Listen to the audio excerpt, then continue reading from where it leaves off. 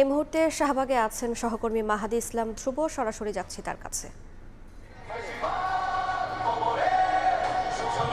আমি চির বিদ্রোহী বীর, বিশ্ব ছাড়ায় উঠিয়াছি একা চির উন্নত মমশির। সেই বিদ্রোহী কবিতার বাস্তব রূপ যেন শহীদ শরীফ ওসমান বিন হাদি। আজকে এক হাদি লোকান্তরে কিন্তু হাজারো হাদি আজকে শাহবাগে জড়ো হয়েছেন হাদি হত্যাকাণ্ডের বিচারের দাবিতে।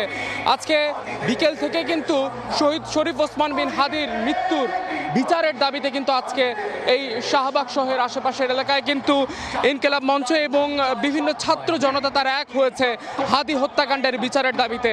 আজকে স্লোগানে স্লোগানে উত্তাল এই শাহবাগ, যে শাহবাগকে এখন আমরা জানি শহীদ শরীফ ওসমান বিন হাদি চত্বর নামে। সেই হাদি চত্বর থেকে হাজারো হাদি আজকে হাদি হত্যাকাণ্ডের বিচারের দাবিতে তারা জড়ো হয়েছেন। তাদের যেটি দাবি, যতক্ষণ পর্যন্ত হাদি হত্যাকাণ্ডের বিচার নিশ্চিত না হবে ততক্ষণ পর্যন্ত তারা এই শাহবাগ ছেড়ে যাবেন না। এবং তারা যেটি বলছেন, এই শহীদ শরীফ ওসমান বিন হাদির হত্যাকাণ্ডের সঙ্গে যারা জড়িত তাদেরকে অনতিবিলম্বে তাদেরকে আইনের আওতায় এনে তাদের বিচার নিশ্চিত করতে হবে।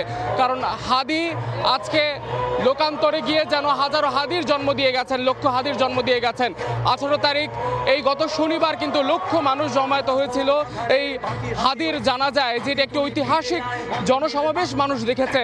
এবং সেখান থেকে কিন্তু তারা সুশৃঙ্খলভাবে সেদিন সড়ক ত্যাগ করে। তাদের যে প্রত্যাশা ছিল যে সরকার অনতিবিলম্বে হাদি হত্যাকাণ্ডের সাথে যারা জড়িত তাদেরকে বিচারের আওতায় আনবে, কিন্তু আজকে বেশ কয়েকটি দিন পেরোলেও কিন্তু আজকে এখন পর্যন্ত হাদি হত্যাকাণ্ডের দৃশ্যত কোনো বিচার নিশ্চিতের কোনো দৃশ্য দেখা না যাওয়াতে কিন্তু ক্ষোভে ফুঁসে উঠেছে হাদির সমর্থকরা এবং ছাত্র জনতা থেকে শুরু করে বিভিন্ন শ্রেণী পেশার মানুষ আজকে এক হয়েছে।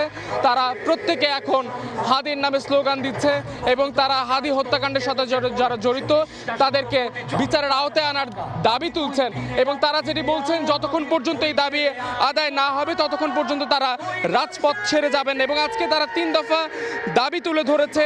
এর মধ্যে হচ্ছে দ্রুত বিচারিক ট্রাইব্যুনাল গঠন করে সর্বোচ্চ 30 কার্য দিবসের মধ্যে শহীদ শরীফ ওসমান হাদির হত্যার বিচার শেষ করতে হবে, হত্যাকাণ্ডের নিরপেক্ষ তদন্ত নিশ্চিত করতে FBI বা স্কটল্যান্ড ইয়ার্ডের মতো আন্তর্জাতিকভাবে স্বীকৃত পেশাদারী গোয়েন্দা সংস্থাকে যুক্ত করতে হবে এবং সিভিল ও মিলিটারি ইন্টেলিজেন্সের মধ্যে লুকিয়ে থাকা আওয়ামী সন্ত্রাসীদের চিহ্নিত করে গ্রেফতার ও বিচারের মুখোমুখি করতে হবে।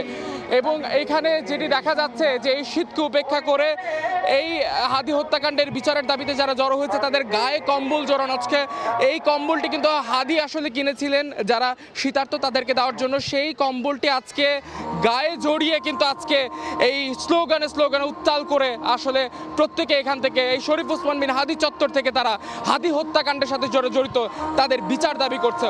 তো এই ছিল শহীদ শরীফ ওসমান বিন হাদি চত্বর থেকে আমার কাছে থাকা সবশেষ। সরাসরি যুক্ত ছিলাম রাজধানীর শাহবাগে।